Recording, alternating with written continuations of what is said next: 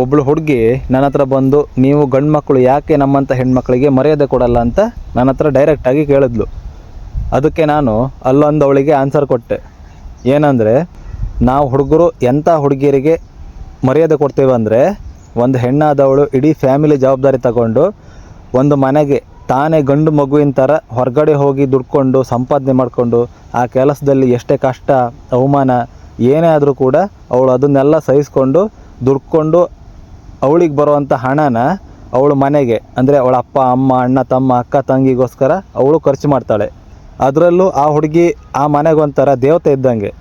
ಅಂಥ ಹುಡುಗಿಗೆ ನಾವು ರೆಸ್ಪೆಕ್ಟು ಕೊಡ್ತೇವೆ, ಕಾಲಿಗೂ ಬೀಳ್ತೇವೆ. ಇನ್ನೂ ಕೆಲವು ಹುಡುಗಿರು, ಅದರಲ್ಲೂ ಎಲ್ಲರೂ ಅಲ್ಲ, ಕೆಲವರು ಅವರು ಮನೇಲಿದ್ದರೆ ಬೋರ್ ಆಗುತ್ತೆ ಅನ್ನೋ ಕಾರಣಕ್ಕೋಸ್ಕರ ಅವರು ಹೊರಗಡೆ ಕೆಲ್ಸಕ್ಕೆ ಹೋಗ್ತಾರೆ. ಅವ್ರಿಗೆ ಬಂದಿರೋಂಥ ಸಂಪಾದನೆ ಹಣದಲ್ಲಿ ಅವ್ರಿಗೆ ಏನು ಬೇಕೋ ಆ ಐಟಮನ್ನು ತಗೊಳ್ತಾರೆ. ಕೆಲವರು ಯಾವುದೇ ಕಾರಣಕ್ಕೂ ಮನೆಗೆ ಹಣ ಕೊಡಲ್ಲ. ಇದನ್ನು ನಾನು ಕಣ್ಣಾರ್ಥ ನೋಡಿದೆ, ಅದಕ್ಕೋಸ್ಕರ ನಾನು ಹೇಳ್ತಾ ಇರೋದು. ಮತ್ತು ನೀವು ಯಾವುದೇ ಕಾರಣಕ್ಕೂ ನನಗೆ ಮರ್ಯಾದೆ ಕೊಡಲಿಲ್ಲ ಹಾಗೆ ಹೀಗೆ ಅಂತ ನೀವು ಡೈಲಾಗ್ ಹೊಡಿಬೇಡಿ.